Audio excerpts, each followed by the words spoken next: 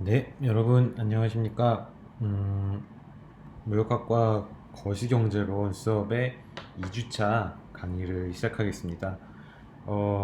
태풍이 새벽녘에 부산에 상륙한 것 같은데 혹시 별 피해 없으셨는지 걱정이 되네요. 2020년은 정말 대단한 해인 것 같아요. 코로나 바이러스부터 시작해서 굉장히 역사적으로 긴 장마 그리고 태풍까지 참 자연이 우리에게 많은 가르침을 주는 그런 해인 것 같습니다. 이럴 때 우리가 할 수 있는 일은 이제 안 다치고 건강하게 잘 이겨내는 것밖에 없겠죠. 그래서 여러분 모두 그리고 가족들 몸성이 이번 여름 잘 이겨내시기를 기원드립니다. 지난 수업 시간에 이 수업에 대한 간략한 설명을 드렸어요. 본격적으로 수업을 나가는 것은 이번 시간이 처음인데 천천히 말씀을 드릴 테니까 혹시 뭐 이해가 안 되는 것 있거나 좀뭐 궁금하신 사항이나 그런 거 있으시면은 언제든지 말씀을 해주시면은 감사드리겠습니다. 어, 사실 이번 시간에도 그렇게 사실 오늘도 뭐 그렇게 어려운 내용에 대해서 이야기는 하진 않을 거고요. 우리가 앞으로 공부하게 될 거시경제학이라는 학문이 무엇에 대해서 공부하는 학문이고 주요 내용들로는 뭐가 있으며 앞으로 우리가 대충 어떤 식으로 어떤 대상에 대해서 공부를 하게 될지 감을 잡는 시간입니다. 그래서 그렇게 어려운 내용은 나오지 않으니까 그냥 천천히 쉽게 쉽게 잘 들으시면은 아마 모든 분들께서 이해하시는데 크게 지장이 없지 않을까 생각하고 있습니다. 그래도 궁금한 게 있으시면은 꼭 질문을 하세요. 제가 줌으로 수업을 하지 않고 녹화 동영상을 올려드리기 때문에 학생분들의 피드백을 받는 게 상당히 힘들어요. 이게 학생분들이 녹화 동영상 형태를 수업 형태로 더 선호하시기 때문에 이제 그것에 따라서 저 같은 경우에는 어쩔 수 없이 녹화를 하지만 저는 사실 줌으로 수업을 하는 게 훨씬 편하거든요. 실시간으로 여러분들의 어떤 반응이라든가 그런 것들을 확인을 바로바로 할 수 있으니까요. 물론 줌으로 수업을 해도 대부분의 분들은 그냥 뭐 고개 숙이고 불러도 답이 없고 이어폰으로 딴 거 이제 듣고 있거나 뭐 게임하거나 뭐 대부분 그렇지만은 그래도 뭐 저렇게 살아 있구나, 내가 살아있는 생명체를 대상으로 수업을 하고 있구나, 뭐 이런 감은 잡을 수 있으니까요. 그 선호하지만 뭐 어쩔 수 없이 학생분들께서 원하시는 시간에 수업을 들을 수 있다는 그 메리트가 상당히 크기 때문에 일단 기본적으로 녹화 동영상대로 계속 올려드릴 예정입니다. 그런데 이번 주처럼 쉬운 내용이 아니라 이제 본격적으로 우리가 거시경제 모형을 하나하나 강론으로 들어가다 보면은 분명히 이해가 안 되시는 부분이 생겨날 거예요.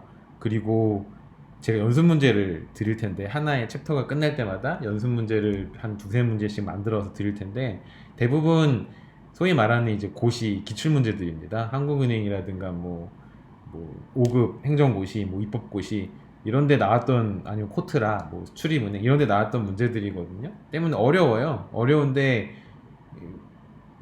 우리 수업을 소화하면은 다 풀 수 있는 문제들이에요. 근데 이제 처음에 맞닥뜨렸을 때 이거 어떻게 해야 되지 하고 머리가 하얘지는 그런 게 있어요. 화이트아웃이란다 그러죠. 머리가 백지창처럼 하얘진다. 미국에도 똑같은 말이 있더라고요. 화이트아웃이라고. 때문에 혼자서 연습 문제를 다 풀어나가는 것이 쉽지가 않습니다. 그렇다고 비대면 지금 수업을 진행하고 있는데 자 친구들끼리 모여서 같이 연습 문제 솔루션을 만드세요 라고 하는 것도 교수자로서 상당히 무책임한 무책임한 행동인 것 같아요. 그래서 어, 솔루션을 제가 그렇다고 제가 만들어 드릴 수는 없고 그래서 지금 생각은 뭐 그런 일이 발생을 할 때마다 수시로 비정기적으로 줌 수업을 해서 같이 문제를 풀어보는 거죠. 저도 방학 때 열심히 연구를 했거든요. 어떻게 하면 더 효율적인 비대면 수업을 진행할 수 있을까. 막 등록금 반환 소송 막 그런 거를 보면서 와 진짜 교수님들이 일 안 하시는구나 막 그런 생각을 했어요. 근데 어쨌든 뭐 예를 들어서 제가 이렇게 필기를 할 수 있잖아요. 글씨를 잘 쓰진 못하지만은 어느 정도 필기가 가능하더라고요. 그러니까 이렇게 제 얼굴 띄워놓고 강의 노트 띄워놓고 필기까지 가능한 시스템까지 있으니까 같이 연습 문제 풀어볼 수 있잖아요. 이 정도면은. 그래서 연습 문제 같이 풀어보는 것도 어떨까, 뭐 그런 생각도 듭니다. 줌 수업을 이용해서는 연습 문제를 같이 풀거나 여러분들이 모르는 내용을 질문했을 때 제가 반복해서 답변을 드리는 그런 형태가 될 거고요. 녹화 동영상은 지금처럼 진도를 쭉쭉쭉 나갈 겁니다. 제가 일방적으로 설명을 하는 방식으로 그렇게 진행을 하면 어떨까 싶어요. 대신에 이제 전에도 말씀드렸지만은 줌 수업의 경우 수업 시간 중에 진행이 될 텐데 출석 체크를 해야 될지 말아야 될지에 대해서는 아직도 고민 중이에요. 왜냐면 이미 알바를 잡아놓으신 분들도 계시고 잡지 말라고 그랬는데도 알바를 꼭 하시는 분들이 계세요. 근데 경제학자인 제 입장에서 학생이 돈을 벌겠다는데 수업 시간을 째면서까지 돈을 벌지 마십시오 라고 하는 것도 또 아닌 것 같고, 좀 그 학생의 경제적 후생을 생각할 때. 그래서 여러 가지로 고민 중입니다. 어쨌든 여러분들이 반드시 참석하셔야 되는 수업은 지금처럼 제가 녹화 동영상을 올려드리는 경우 수업을 다 들으셔야 되고요. 추가로 줌 수업이 발생했을 경우에는 출석을 체크할지 안 할지 모르겠지만 아마도 지금 같아서는 안 할 것 같다라는 것이 지금 생각입니다. 왜냐하면 출석 체크를 하게 되면 제가 힘들어져요, 개인적으로. 모든 학생들이 다 들어오잖아요. 지금 우리가 44명이 이 수업을 듣는데 44명이 얼굴을 보면서 수업을 하면은 좀 정신이 없거든요. 정말 그 수업을 필요로 하는 소수의 인원들과 제가 토론식으로 수업을 하는 게 더 좋겠다라는 생각도 듭니다. 지금은 그냥 생각 중이에요. 저도 이제 학기 초반이니까 아직 자리를 잡지 않았고 강의를 한 주 한 주 하다 보면은 자리를 잡아 나가게 되겠죠. 서로는 이쯤에서 그만두고 이제 본격적으로 내용에 대해서 하나씩 살펴봅시다.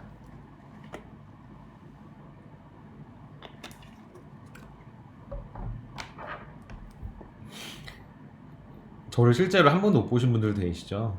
그래서 머리를 왜 저렇게 길었지? 이런 게 궁금하실 수도 있는데 남자도 머리 길 수 있잖아요. 그렇습니다.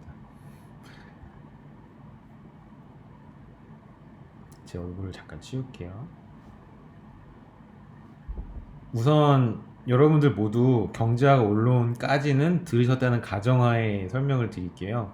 경제학 원론을 들으신 분들은 경제학 원론이 크게 두 파트로 구분되어 있다는 것을 잘 알고 계실 겁니다. 우리가 처음에는 미시경제학을 배웠고 두 번째는 거시경제학을 배웠어요. 근데 미시경제학과 거시경제학이 정확하게 이렇게 딱 양분되는 그런 건 아니죠.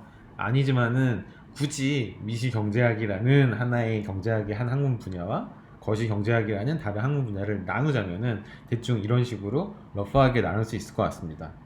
미시경제학은 소비자, 뭐 생산자, 아니면 가게, 기업, 혹은 정부, 아니면 수출, 수입, 이런 경제의 한 부분 혹은 그 부분을 담당하는 경제 주체, 우리는 개인이라고, 경제학에서는 개인이라고 얘기하지 않고 경제 주체라고 얘기하죠.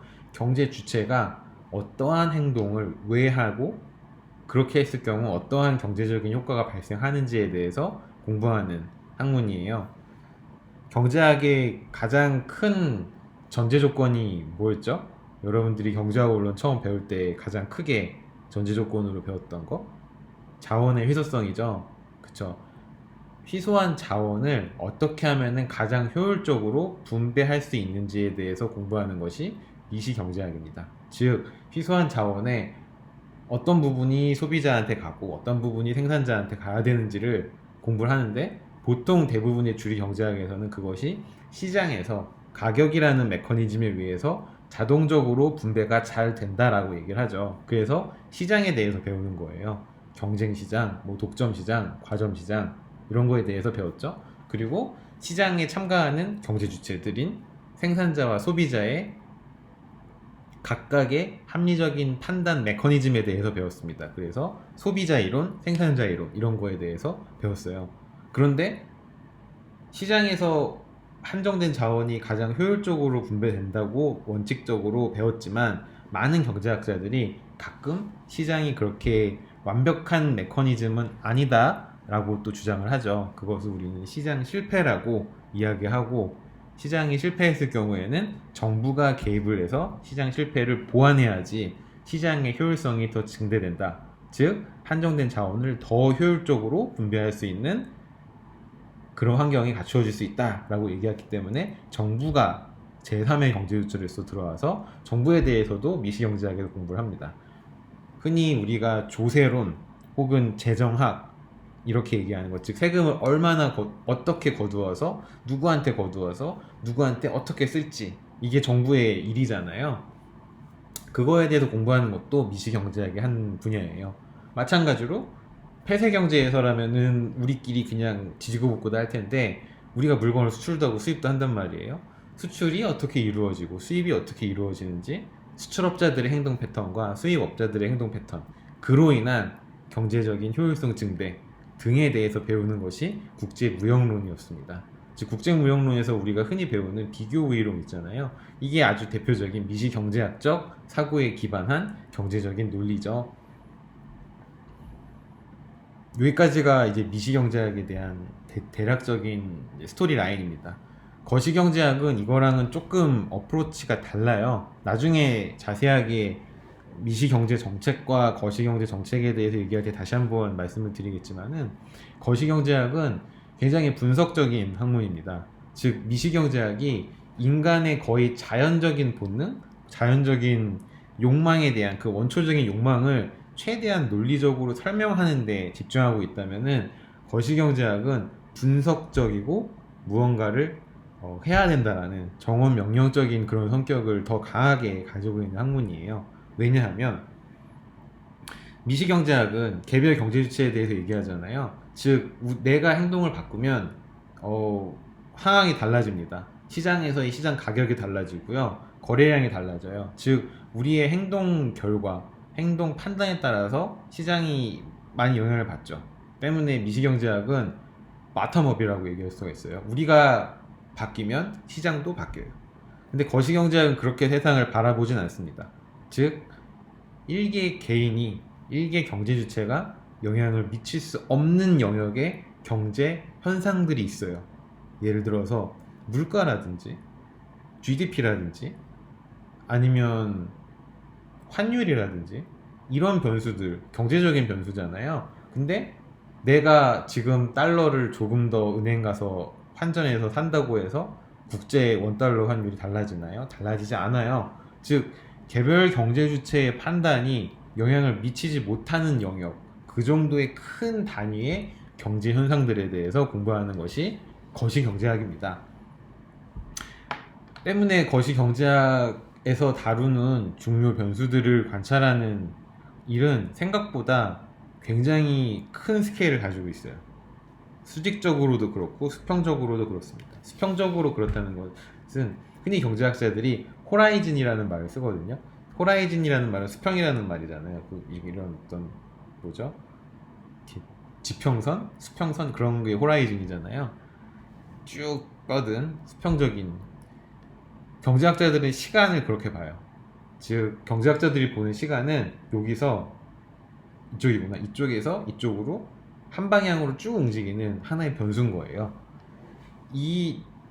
이렇게 수평적으로 움직이는 하나의 변수를 쭉 따라가면서 이거를 하나의 축으로 놓고요, 세로축에는 다양한 거시경제 변수를 놓고, 그래서 시간의 흐름에 따라서 하나의 거시경제 변수가 어떠한 모양으로 움직이는지, 이것을 조금 어려운 말로 통시적으로 변한다 그러죠. 즉 시간에 따라서 달라지는 변수의 움직임을 관찰하는 것이 거시경제학자들이 주로 하는 일입니다. 예를 들어서 이런 거죠. GDP 같은 거, 1960년대 우리나라 GDP 그리고 2020년 지금 현재 우리나라 GDP의 시간적인 격차가 있잖아요. 이 격차에 대해서 공부를 하는 거예요. 몇 배나 뛰었는지, 왜 우리나라의 GDP는 뛰었는지, 거기에 영향을 미치는 요인들은 뭐가 있는지, 그리고 앞으로 우리나라의 GDP가 어떻게 변할 건지, 이런 거에 대해서 공부하는 것이 거시경제학입니다. 대충 이야기를 들으시면 여러분들이 아마 이런 생각이 드실 거예요. 굉장히 거시경제학은 뜬구름 잡는 학문이구나, 미시경제학은 굉장히 철학적이구나, 이런 식으로 생각하실 수 있어요. 저도 그렇게 생각을 합니다. 때문에 거시경제학은 이제 탑다운 방식으로, 만약에 거시경제 변수가 이렇게 변하면 일개 개별 경제 주체들은 그 거시경제 변수에 영향을 받겠죠. 탑다운적으로 사고를 하기 때문에 굉장히 추상적이에요. 때문에 앞으로 우리가 배우는 여러 가지 거시경제 모형들도 굉장히 많은 추상화 과정이 이루어집니다. 한번 써볼까요? 한번.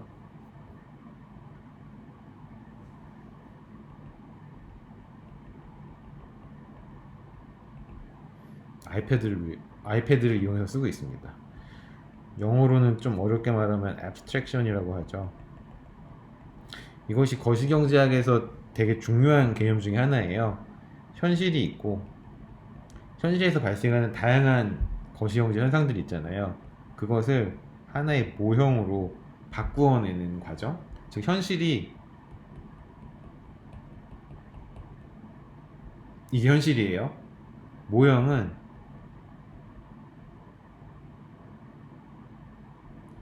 이게 모형입니다. 즉, 경제학자들은 세모, 네모, 십자가가 현실을 반영한다라고 주장을 해요. 언뜻 보면은 전혀 반영하지 않는 것처럼 보이죠. 이 과정이 바로 추상화 과정입니다. 즉, 여러분들이 처음에 거시경제 모형들을 보시면 되게 비현실적이라고 생각을 하실 거예요. 근데 거시경제학자들은 그것을 인정하면서도 비현실적인 모형 안에 현실에서 가장 중요하다고 얘기하는 코어 어썸션들이, 즉 주요한 가정들이 그 모형 안에 다 들어가 있으면 어느 정도의 현실 설명력을 가지고 있다라고 주장을 합니다. 거시경제학자들이 억지 논리를 펼치는 것인지 아니면 나름의 합리적인 근거가 있는 것인지 저랑 같이 공부를 하시면은 여러분들이 아마 스스로 판단하실 수 있을 것 같아요.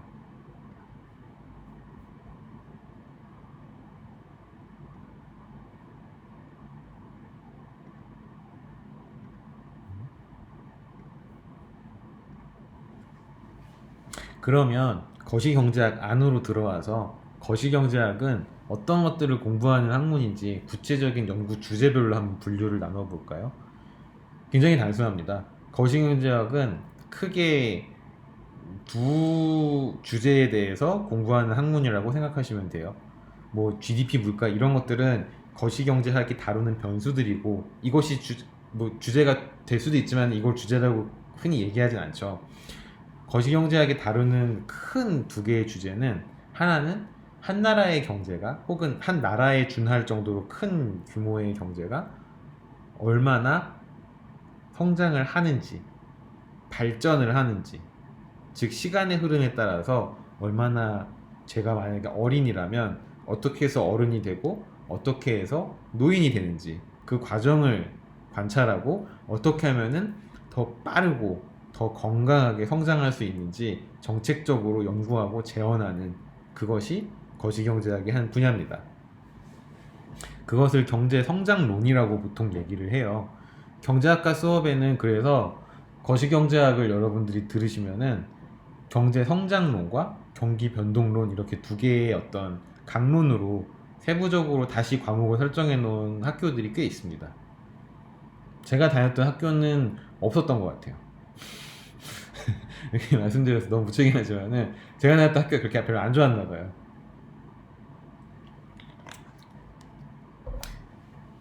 거시경제학의 두 번째 연구 주제는 경기 변동입니다. 이거는 조금 더 생소하실 수가 있는데요. 저로 다시 예를 들자면, 제가 어린아이에서 청소년이 되고 다시 청년이 되잖아요. 이렇게 쭉 자라오는 과정에서 매번 똑같은 상태, 똑같은 스테이터스인 건 아니에요. 무슨 말씀이냐면은, 제가 아플 때도 있고 건강할 때도 있잖아요. 너무 건강해서 막 조증이 와서 막 깔깔깔거리 그럴 때도 있고, 어떨 때는 너무 아파서 우울해서 이렇게 처져 있을 때도 있어요. 즉 제가 침체일 때도 있고, 제가 굉장히 뭐랄까 활기차고 활발할 때도 있는 겁니다. 경제도 마찬가지예요. 한 나라의 경제도 그냥 한 인간이라고 생각하시면 이야기가 굉장히 편해요. 어떨 때는 아플 때도 있어요. 별로 안 좋을 때도 있어요. 근데 죽을 정도는 아니에요.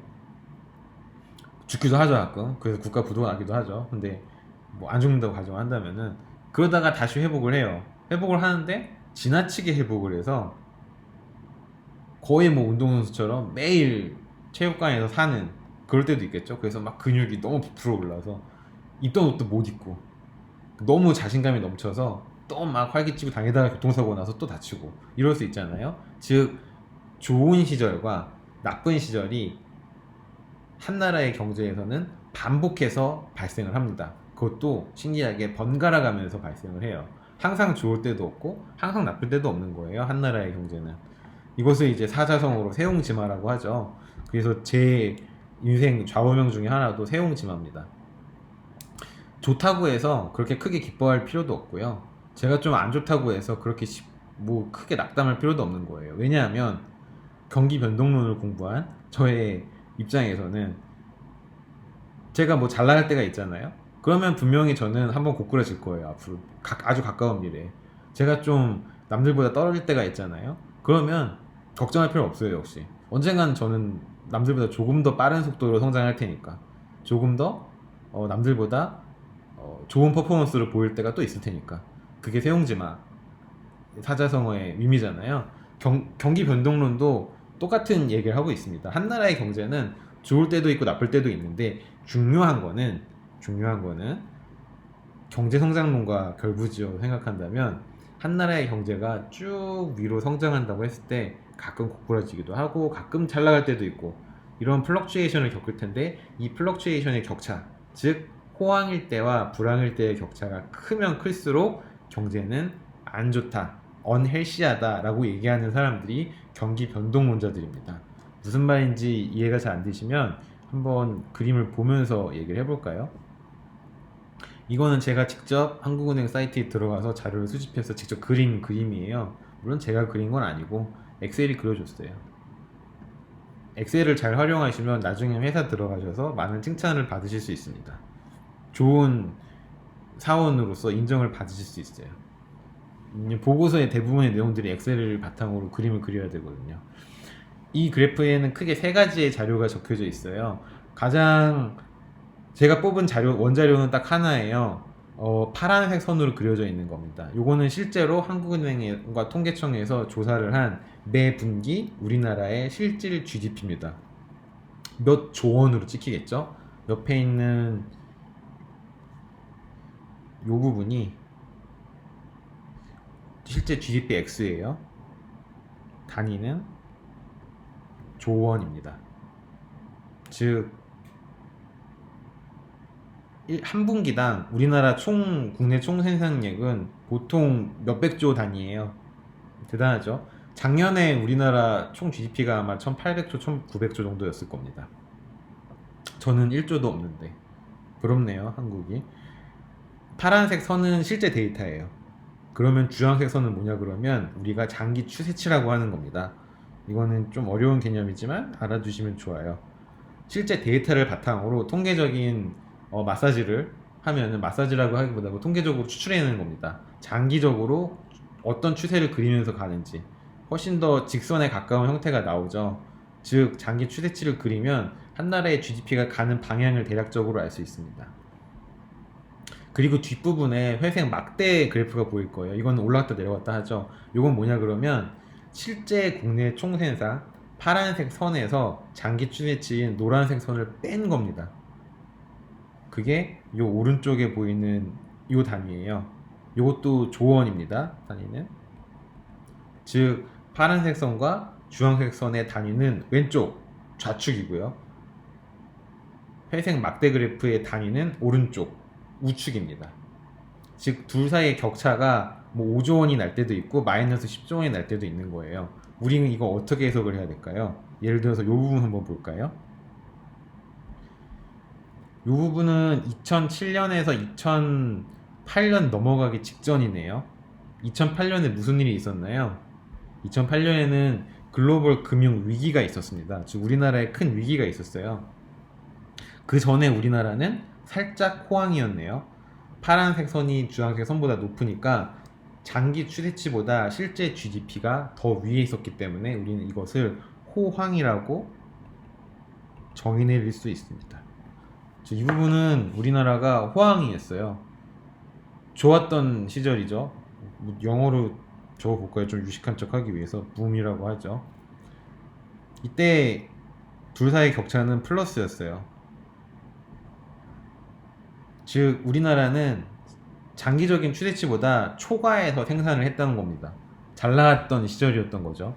근데 그 이후에 어떤 일이 발생했죠? 글로벌 금융위기가 터지고 이 부분이에요. 이 부분은 장기 추세치보다 실제 GDP가 아래쪽에 위치하고 있기 때문에 둘 사이의 격차는 마이너스가 됩니다. 이 부분이겠죠. 이럴 경우를 우리는 흔히 불황이라고 얘기합니다. 리세션이라고 얘기해요. 이때는 리세션의 크기가 굉장히 컸잖아요.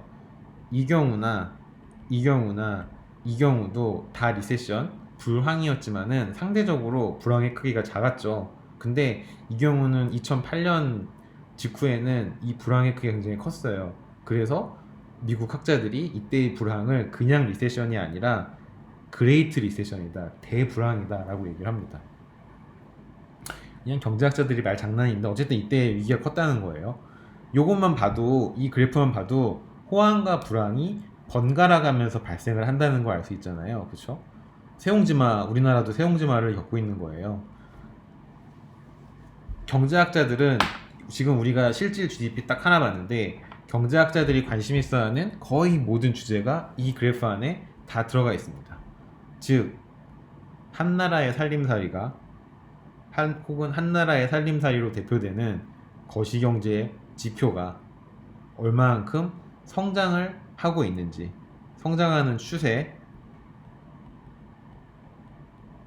지금 우리 보고 있잖아요. 한국은 어때요? 한국은 지금 성장하고 있습니까? 제 못생긴 얼굴 추워 보이죠? 한국은 성장하고 있나요? 2019년 현재까지도 한국은 계속해서 우상향의 그래프를 그리고 있기 때문에 한국의 GDP 기준으로 보면은 분명히 한국은 지금도 성장을 하고 있습니다. 성장을 하고 있어요. 근데 이것은 거시경제학자들의 가장 큰 관심사는 아니에요. 한국이 성장하는 것은 이제 모두가 알고 있어요. 1950년 이후 한국은 계속해서 성장을 해왔기 때문에 그냥 뻔한 스토리예요. 문제는 한국이 성장할 때 얼마만큼 건강하게 성장하는지 여부입니다. 이 건강하게 성장하는지의 여부는 경제 성장론이 아니라 경기 변동론에서 추정이 이루어져요. 즉 2007년, 8년 그 시기처럼 호황과 불황의 격차가 크다는 것은 변동성 폭이 크다는 얘기고, 한 나라 거시경제의 변동성 폭이 크다는 것은 미래를 예측하는 게 그만큼 힘들다는 얘기입니다. 나중에 우리가 이제 합리적 기대에 대해서 얘기를 하면서 조금 더 이 미래에 대한 예측 파트를 더 공부할 텐데, 어쨌든 변동성이 크다는 거는 지금 당장 우리가 내일 뭘 해야 될지 예측이 조금 더 힘들어진다는 거니까 조금 더 현명하게 판단할 수 있는 근거가 부족하다는 거죠. 즉 경제 주체들이 조금 덜 현명하게 판단하고 행동할 가능성이 높아진다는 겁니다. 간단하게 설명드리면 그래요.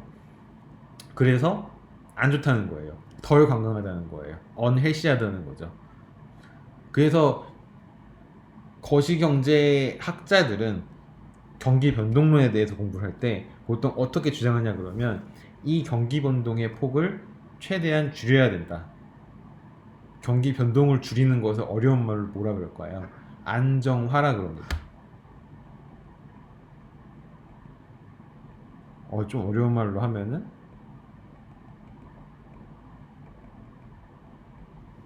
스테빌라이제이션이라고 해요. 즉 변동성을 줄여서 경기를 안정화시키는 것이 거시경제 정책 담당하는 사람들의 가장 큰 임무다, 맨데이트다 라고 얘기하는 사람들이 거시경제 학자들입니다. 여기까지 얘기를 들으시면은 거시경제 학자들은 현실에 대해서 굉장히 적극적으로 보이스를 내는 것처럼 보이죠. 실제로 그래요. 실제로 누가 있었나요? 최근에 가장 유명한 한국의 거시경제학자는 정운찬이라는 분이 계십니다. 저도 어디냐? 이게 정운찬 교수님의 거시경제론이라는 책인데요. 여러분들의 강의 노트에 주된 소스 중에 하나이기도 합니다. 저도 학부 때 정운찬 교수님 책으로 공부했거든요. 정운찬 교수님은 서울대 교수님이셨어요. 총장까지 하시고 국무총리 하시다가 지금은 KBO 야구협회 총재하고 계시죠. 굉장히 거시경제학자는 정치로 빠지기 쉽다는 그런 예를 들기 위해서 정우창 교수님의 예를 꺼냈습니다. 조금 더 뭐라 그럴까요? 거시경제는 미시경제학에 비해서 조금 더 현실 참여적인 그런 성격이 짙습니다. 여기까지 일단 얘기하고 갈무리를 하도록 할까요?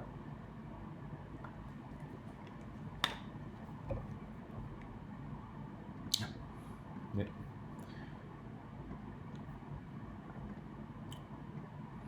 강의 영상을 한 편당 몇 분 정도로 해야 할지 혹시 여러분들 의견이 있으신가요? 의견이 있으시면은 남겨주십시오, 게시판에.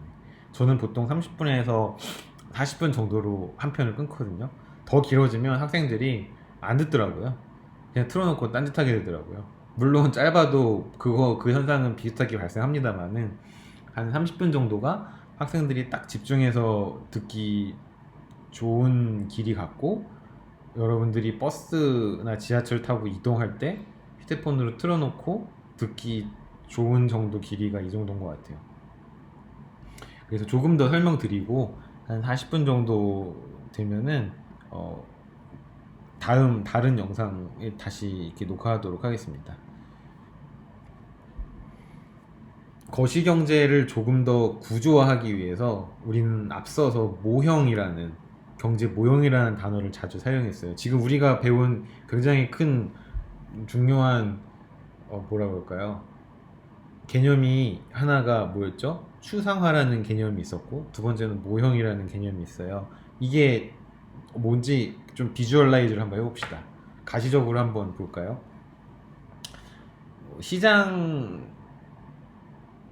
시장으로, 메이어 말고 마켓, 시장을 시장으로 만드는 가장 중요한 두 요소가 뭐죠? 크게 저는 시장이 정의되기 위해서는 세 가지가 필요하다고 생각을 합니다. 하나는 시장에서 거래되는 재화가 있어야 돼요.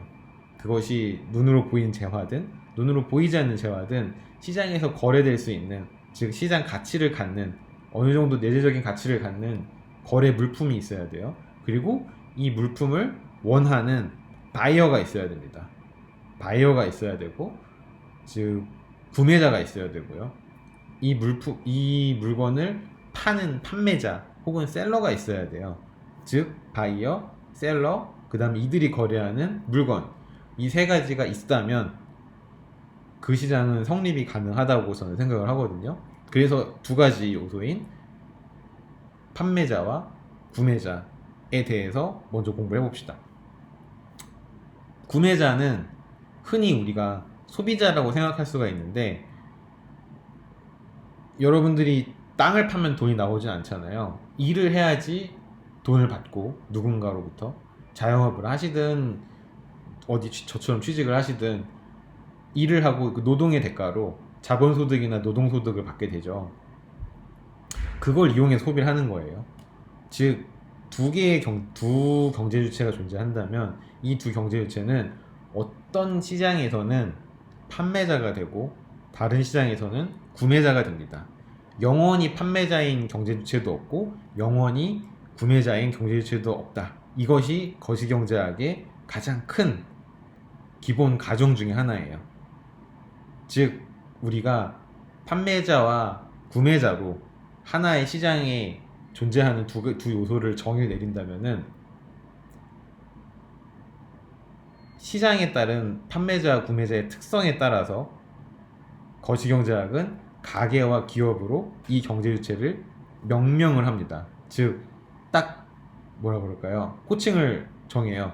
가게, 기업, 시장에서 가장 중요한 두 경제 주체는 이 둘이다 라고 기본적으로 가정을 하고 출발을 합니다. 가게는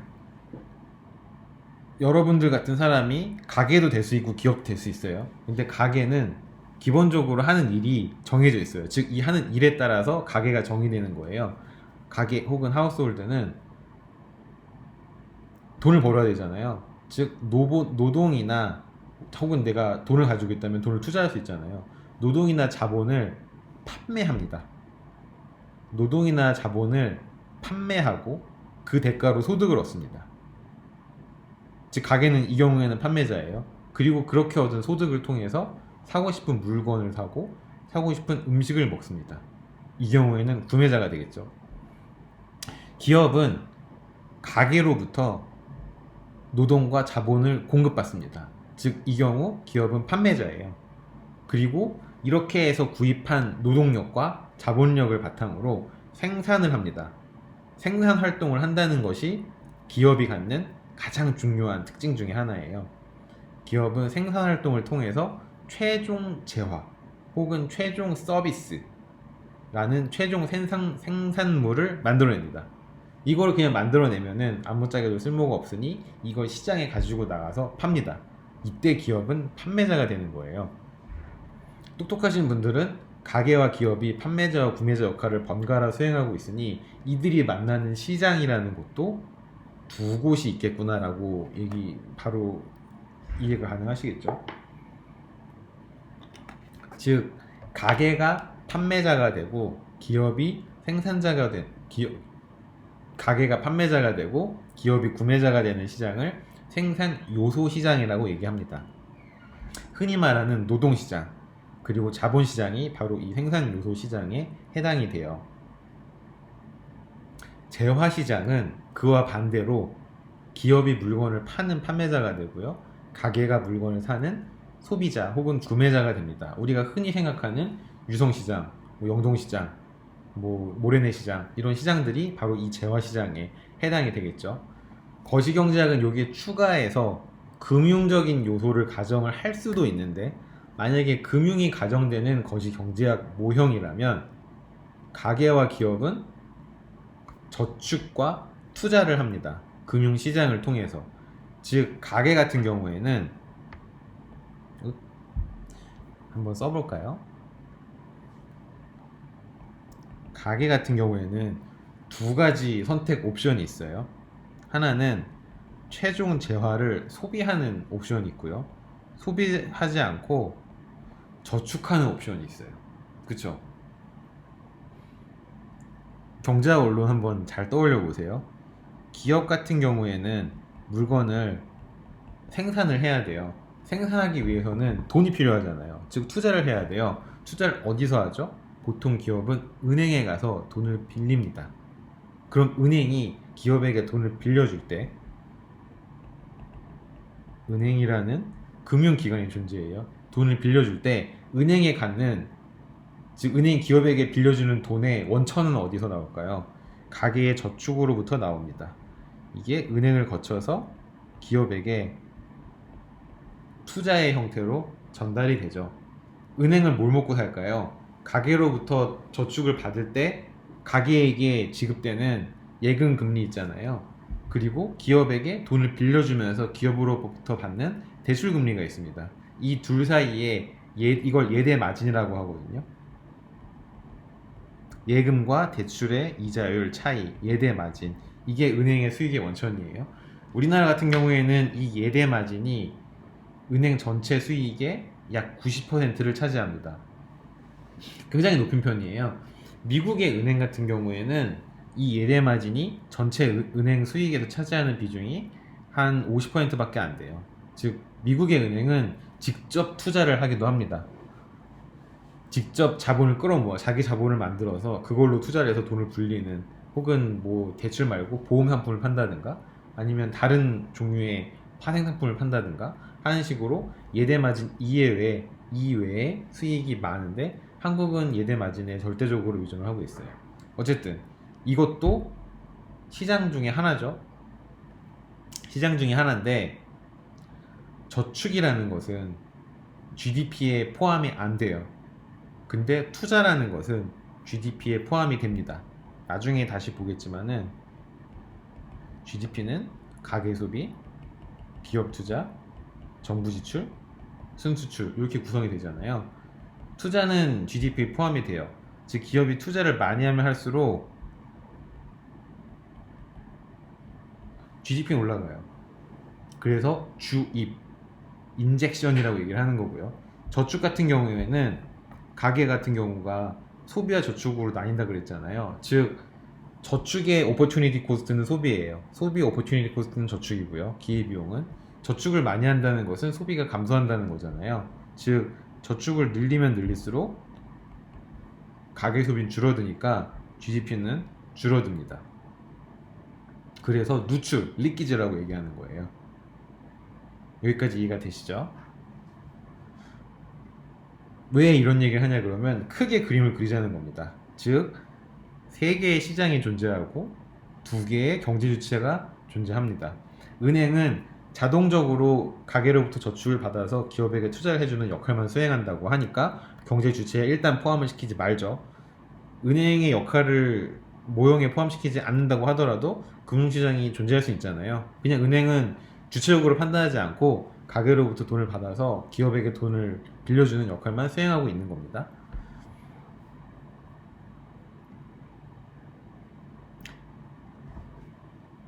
이것이 거시경제학자들이 기본적으로 그리는 가장 단순한 형태의 거시경제 모형이에요. 이것을 그림으로 표현을 해볼까요?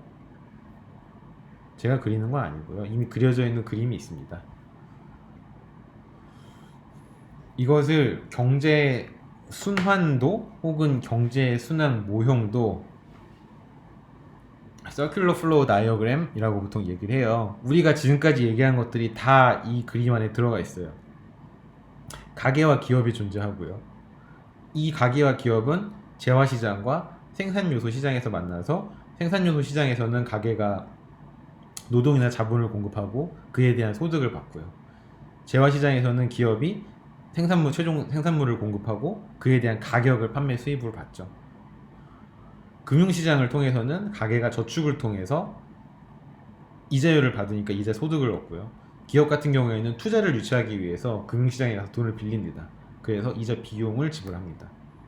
이것이 거시경제학에서 거시경제학자들이 세상을 바라보는 가장 단순한 형태의 뼈대예요.